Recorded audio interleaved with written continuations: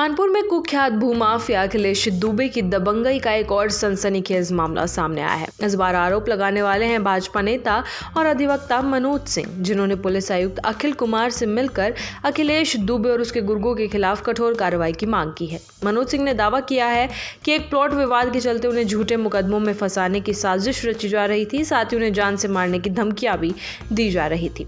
प्राप्त जानकारी के अनुसार ये पूरा विवाद वर्ष 2021 से जुड़ा है, जब दबौली निवासी मनोज सिंह ने रतनलाल नगर में रमेश कुमार बजाज से एक प्लॉट खरीदा था।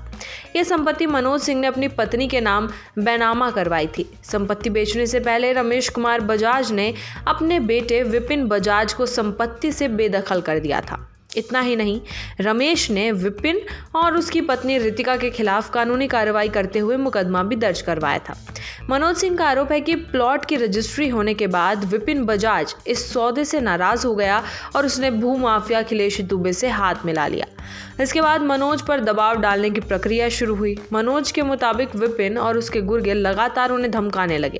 आरोप है कि विपिन के साथी टोनू यादव ने उन्हें स्पष्ट कहा कि यदि प्लॉट वापस विपिन के नाम नहीं किया गया तो अखिलेश दुबे के कहने पर उन्हें झूठे केस में फंसाकर जेल भिजवा दिया जाएगा।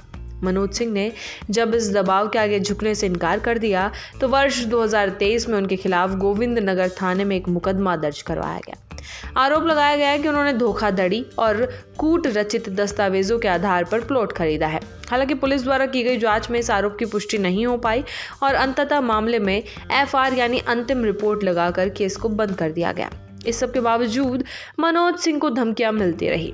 22 अप्रैल 2025 को कचहरी परिसर में टोनू यादव ने एक बार फिर उन्हें धमकाया और कहा कि अखिलेश कुछ भी करवा सकता है।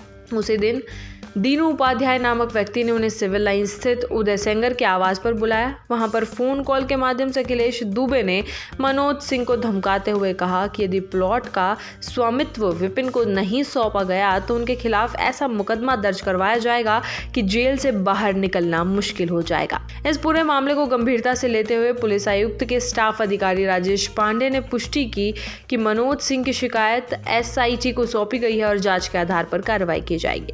उन्होंने यह भी बताया कि अखिलेश दुबे के खिलाफ पहले से कई शिकायतें लंबित है और उनकी जांच भी एसआईटी कर रही है। मामले की गंभीरता तब और बढ़ गई जब शुक्रवार को अखिलेश दुबे को अदालत में पेशी के लिए लाया गया। कलेक्टोरेट परिसर में जब पुलिस उसे वाहन से उतार रही थी तब मौजूदा मीडिया कर्मियों को देखकर उसने भड़कते हुए कहा, इनका तमाशा बंद करो, एक एक की पहचान कर रहा हूँ।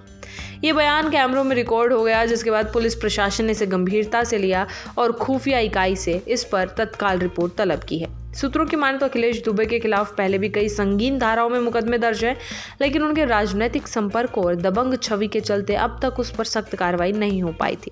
इस बार मामला सीधे तौर पर एक भाजपा नेता और अधिवक्ता से जुड़ा होने के कारण प्रशासन पर कार्रवाई का दबाव बढ़ गया है। एसआईटी की जांच रिपोर्ट के बाद ही ये साफ हो सकेगा इस पूरे विवाद में सच्चाई क्या है और क्या वास्तव में एक संगठित गिरोह द्वारा भूमाफिया के इशारे पर लोगों को धमकाकर उनकी संपत्ति हड़पने की कोशिश की जा रही है।